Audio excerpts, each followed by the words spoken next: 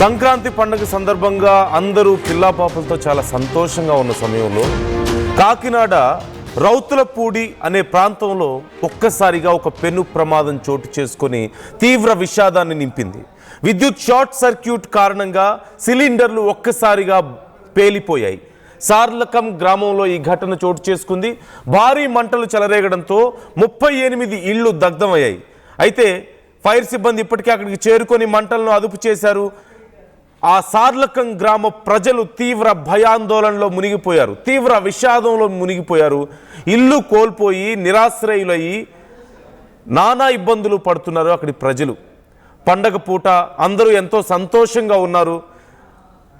పిల్ల పాపలు ఇళ్ల ముందు ముగ్గులు వేసుకుంటూ, దూర ప్రాంతాల నుంచి ఎక్కడెక్కడి నుంచో చదువుకుంటున్నటువంటి పిల్లలు అందరూ వచ్చి బంధువులతో చాలా సంతోషంగా ఉన్న సమయంలో ఒక్కసారిగా ఇదిగో ఇలాంటి ఒక ఘటన చోటు చేసుకుంది. మీరు స్క్రీన్లో చూడండి ఎంత భయంకరమైనటువంటి పరిస్థితులు అక్కడ ఉన్నాయో. 38 ఇళ్ళు వరుసగా కాలిపోయి ఆ ప్రాంతం అంతా చూడడానికి చాలా భయంకరంగా మారిపోయింది. మొత్తం మీరు చూస్తున్నారు, ఇప్పటికే అక్కడ ఫైర్ ఇంజిన్స్ మంటల్ని అదుపు చేశాయి.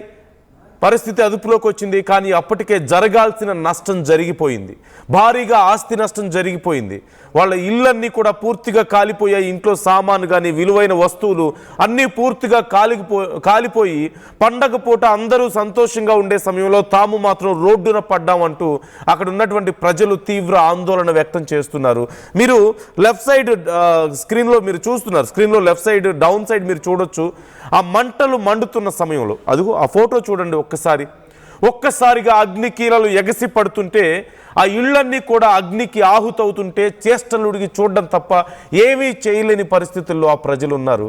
ఇప్పుడు అక్కడ మిగిలిందంతా చివరికి బూడిద మాత్రమే. అంతా బూడిద. వాళ్ళ గుండెల్లో చెప్పలేనంత విషాదం, కళ్ళ వెంట ధారలుగా కారుతున్నటువంటి నీళ్లతో కన్నీటితో ఏం మాట్లాడలేక వాళ్ళందరూ చాలా తీవ్రమైనటువంటి బాధలో మునిగిపోయినటువంటి పరిస్థితి. ఒక భయంకరమైనటువంటి ఆ రాకాసి మంటల్ని చూసి ఏమీ చేయలేక చివరికి పిల్లల్ని ఎత్తుకొని అక్కడి నుంచి పరుగులు తీశారు వాళ్ళంతా కూడా. పిల్లల్ని, వయసు అయిపోయిన వాళ్ళని ముందు కాపాడుకున్నారు. కనీసం ప్రాణ నష్టానికి సంబంధించి ఇప్పటివరకు సమాచారం ఏమీ అందలేదు మనకి. కానీ ఇట్స్ వెరీ క్లియర్, చాలా ఆస్తి నష్టం అయితే సంభవించింది. పండగ పూట ఇలాంటి ఒక దారుణం ఖచ్చితంగా ఎవరికి రాకూడదు. ఒకసారి మనం డీటెయిల్స్ తెలుసుకుందాం. ప్రకాష్ మనతో జాయిన్ అవుతున్నారు, మా ప్రతినిధి. ప్రకాష్, ప్రజెంట్ సిచ్యువేషన్ ఏంటి అక్కడ? ఎలాంటి పరిస్థితుల్లో ఉన్నారు వాళ్ళంతా? మరి అధికారులు కానీ స్థానిక నాయకులు కానీ ఎవరైనా వచ్చారా? వాళ్ళని ఆదుకోవడానికి ఎవరైనా ముందుకు వచ్చే అవకాశం కనిపిస్తుందా? అసలు ఇదంతా ఎలా జరిగింది ప్రకాష్?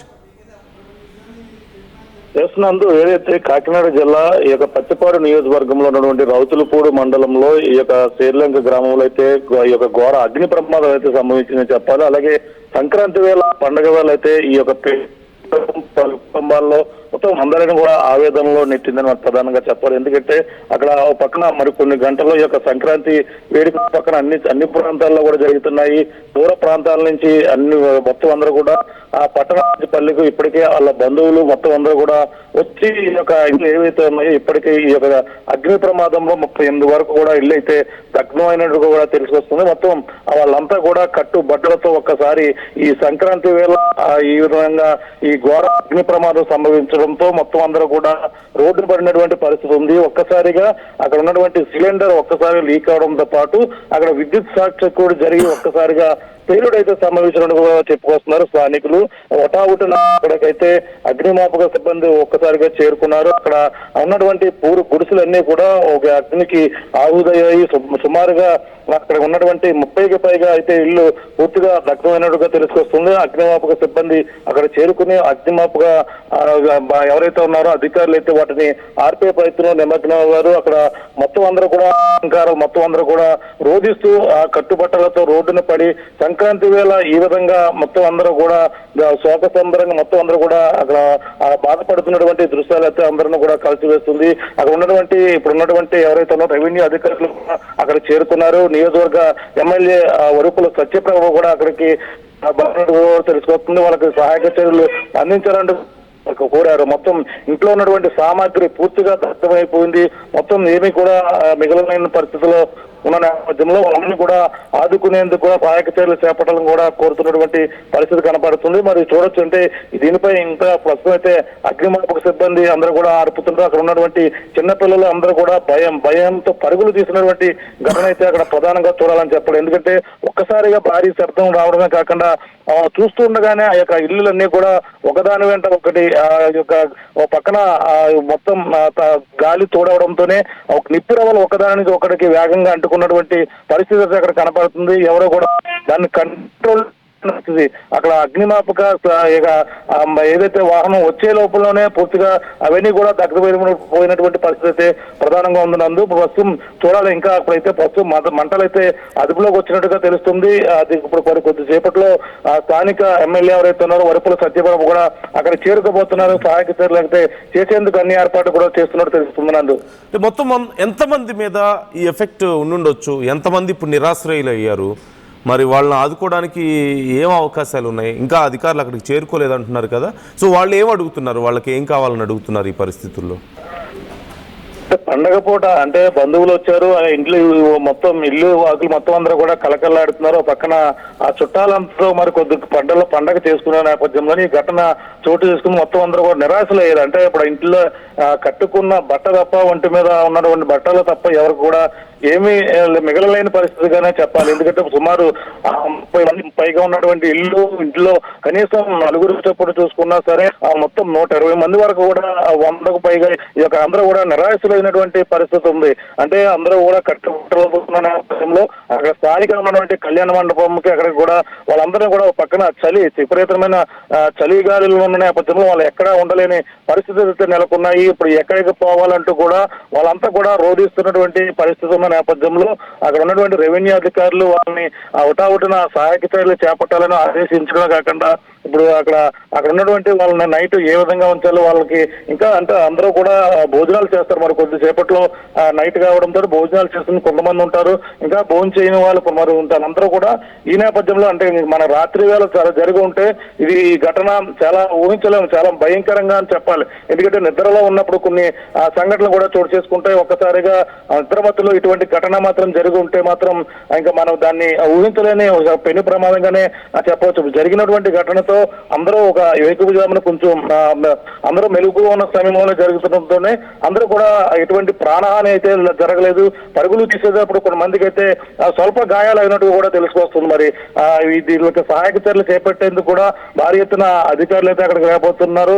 ఇప్పటికే అక్కడికి చేరున్నట్టుగా కూడా స్థానిక ఎమ్మెల్యే వరపుల సత్యప్రభ కూడా చేరుకున్నట్టు కూడా తెలుసుకొస్తుంది. మరి వీళ్ళందరూ కూడా సహాయక చర్యలు చేసేందుకు వాళ్ళందరూ కూడా సిద్ధపడుతున్నారని చెప్పాలని మరి నందు మరి పక్కన సంక్రాంతి వేళ ఇటువంటి ఘటన మరి చోటు చేసుకుంటూ ప్రతి అందరూ కూడా దీనిపై మొత్తం రోధిస్తున్నటువంటి పరిస్థితి అయితే కనపడుతుందని చెప్పాలి నందు. Right, thank you Prakash, thanks for the details. చూస్తున్నాం ఎంత బాధాకరమైనటువంటి పరిస్థితి ఇది. కట్టుబట్టలతో పిల్ల పాపలతో రోడ్డు మీద నిలబడాల్సిన పరిస్థితి, తమ ఇళ్ళు కాలిపోతుంటే అగ్నికి ఆహుతవుతుంటే చేష్టలుడికి చూడాల్సిన పరిస్థితి, ఏమీ చేయలేని పరిస్థితి.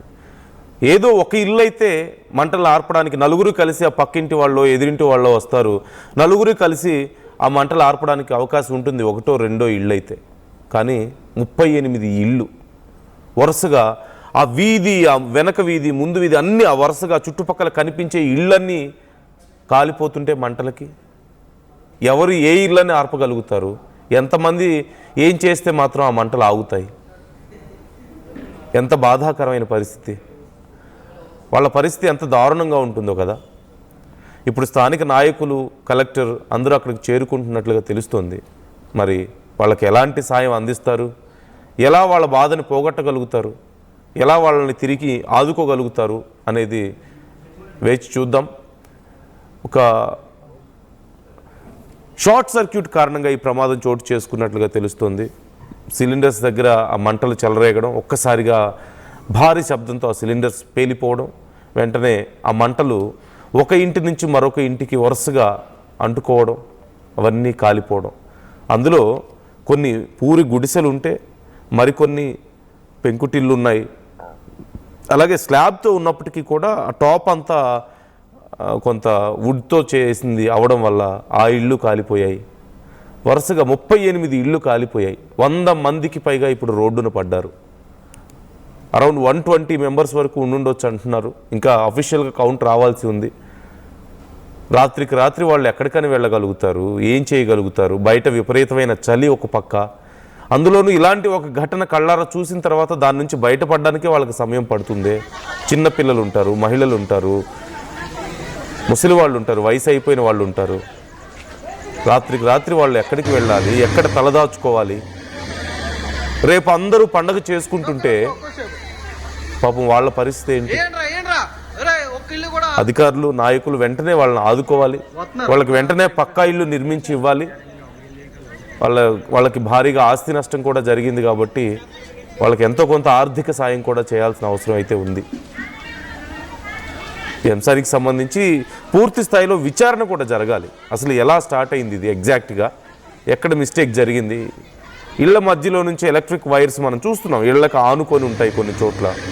అక్కడ తప్పు ఎవరిదైనా అవ్వనివ్వండి, కొన్నిసార్లు వాళ్ళదే అవ్వచ్చు, స్థానికంగా ఉన్న ప్రజలదే తప్పు అవ్వచ్చేమో, లేదంటే అక్కడ ఉన్నటువంటి అధికారులదే అవ్వచ్చేమో. కారణం ఏదైనా సరే విచారణ జరిగి ఇలాంటివి జరగకుండా జాగ్రత్తలు తీసుకోండి. Local to global news at your finger tips.